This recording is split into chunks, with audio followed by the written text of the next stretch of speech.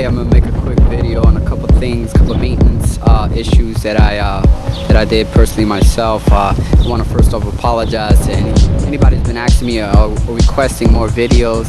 I've been really busy, man. I've been doing other things, especially working and family, and of course, and most importantly, I be about my Father's business, which is the kingdom of God. And so I've been really busy, but today I'm going to show you a quick video of all the things that I ran into, and of course the usual maintenance things like oil changes, fuel filters, and other issues that I found. I've been holding this car for about 2 years, and honestly I have not ran into any mechanical issues. I never had to bring it to a mechanic, and I really want to thank God for that, and just keeping it maintained and giving it quality fuel and giving it quality oil and doing keeping up with it. And it's been a really great car for me.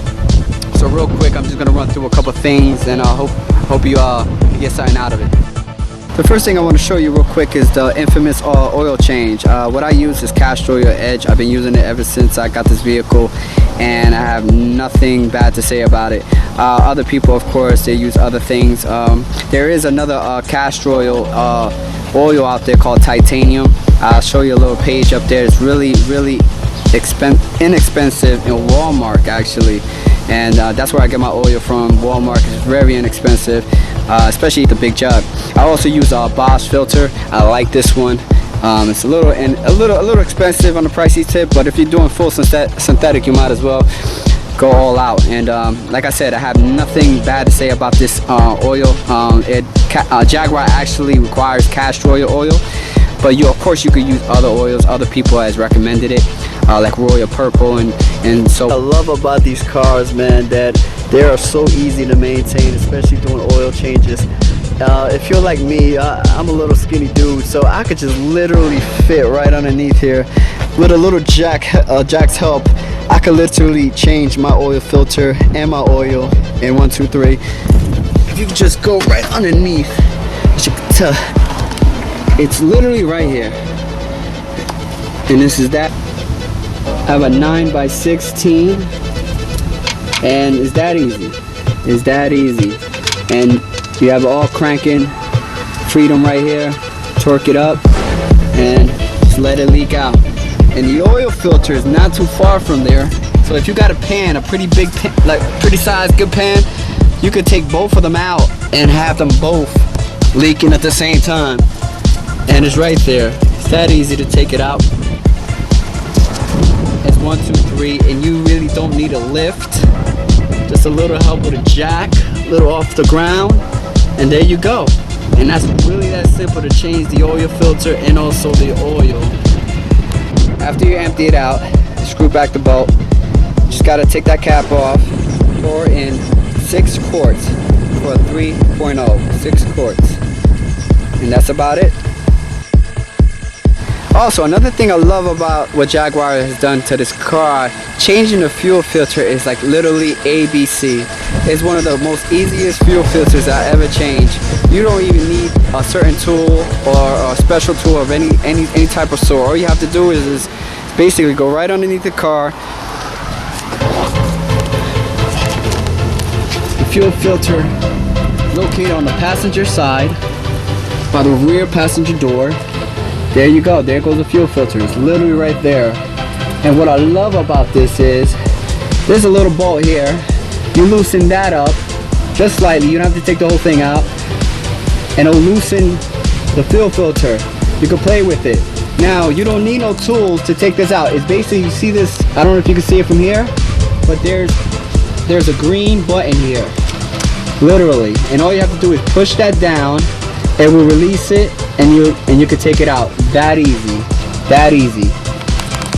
It's real simple, very easy. Now before doing that, there will be a lot of gasoline that pours out, but you can take a certain fuse out, and that fuse right here, fuel filter, you want to release the pressure of the gasoline. And what you do is, there's a trick. You go underneath your dashboard here, and you look for number 17. Number 17 fuse, which is right here, fuse 20. You take that out, you start the car, and after a while the car is gonna stop on its own. Don't push no gas, just let it run. Take maybe less than 10 seconds, and slowly the car is gonna shut off on its own. That means that means the pressure is being released.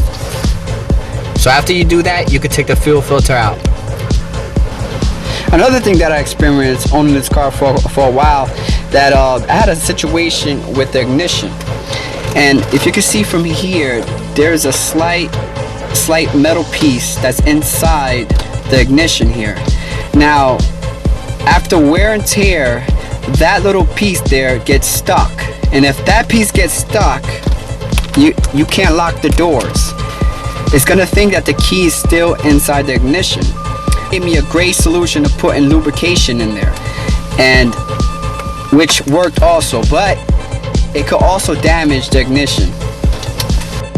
AutoZone, and I bought this right here. This is dry powder, and that's what exactly is, powder, and it's great for situations like this, especially if you don't want to put lubrication inside there just in case it damages anything.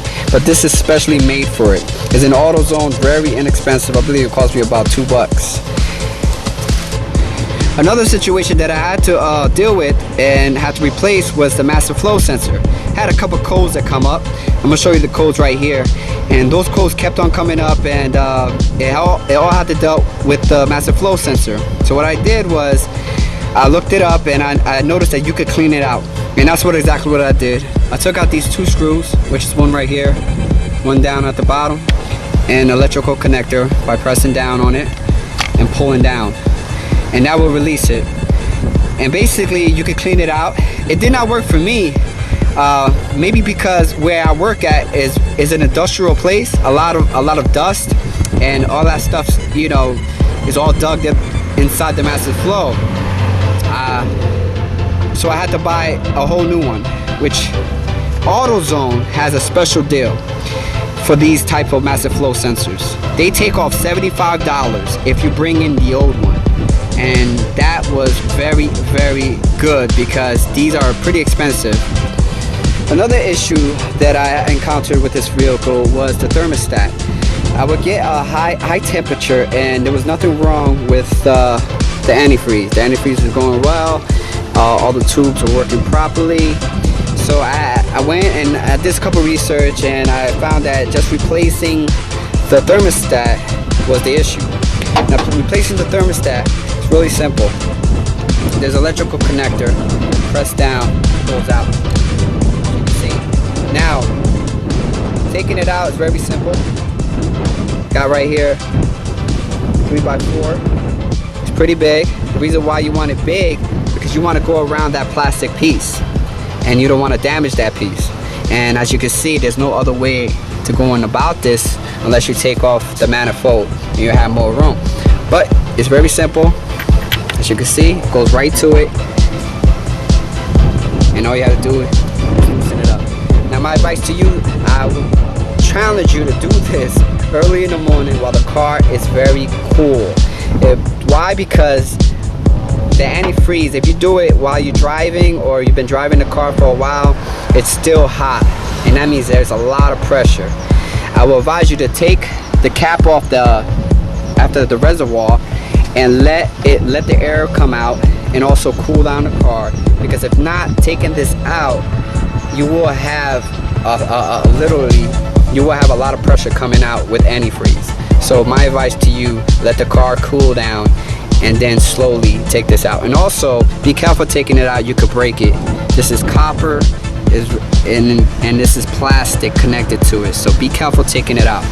And also AutoZone, what they do also, if you bring in the old one, they give you a discount. So that's a great thing. You could do this literally in their parking lot. Take this out and replace it 1, 2, 3.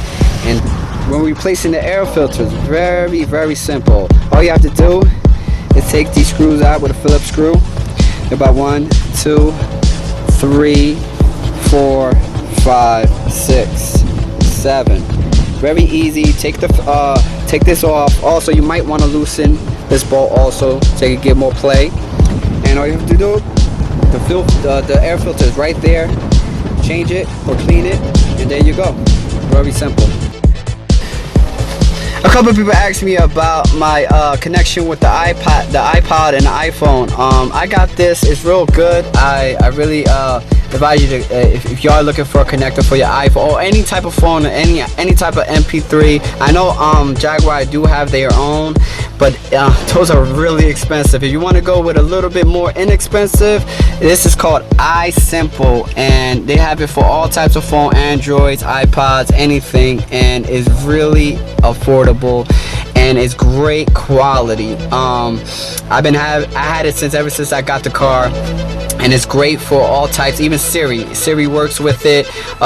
Anything that you have to do with the phone, you could do. You can make calls, and it's just like having a Bluetooth. They also actually have a Bluetooth feature that just recently came out, and it's still inexpensive. And also Best Buy, they install it for you, so you got a win-win right there. And I'm going to show you a little bit about the features, and that right there is literally the quality. You can lower it down from here. As you can see, you can lower it down from your steering wheel. You can turn it off, you can turn it on, and it's all connected through your MP3. Also, you want to check out, it also works with your navigation. Please refer to the map. And it goes right back on.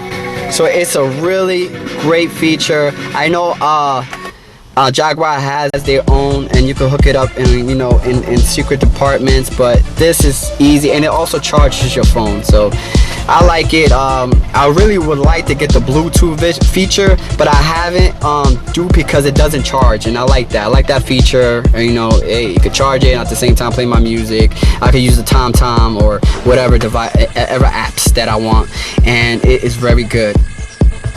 Some people ask me about my rims and what type of chemicals do I use to polish. I love using Mother's mag and aluminum polish. Very, very good.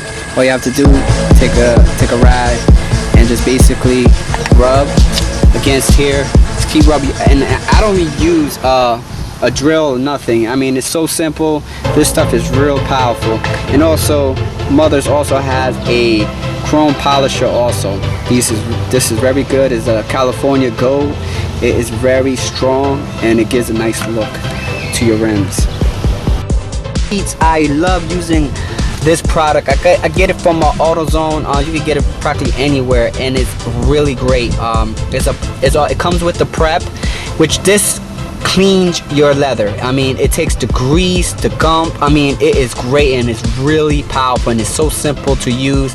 It's basically sprayed on, leave it there for a little while, and after, just clean it off. It comes with a certain type of rag that it takes all the gunk out. It's very important to clean it before you apply the sealer, because what the sealer does, it seals it, meaning that it gives it protection. And throughout, especially summertime when it's really hot, you want to do this. This is one of the things. If not, you're gonna get cracking, and you're gonna get all types of discoloration. And this product is really good. There's a lot of products out there. Actually, Mother's has one too. It's really great, but this is what I use, and it's been working for me for 2 years. So invest in these things. They're pretty expensive, about $14. Not too expensive, but hey, you know what, your leather seats are well worth it.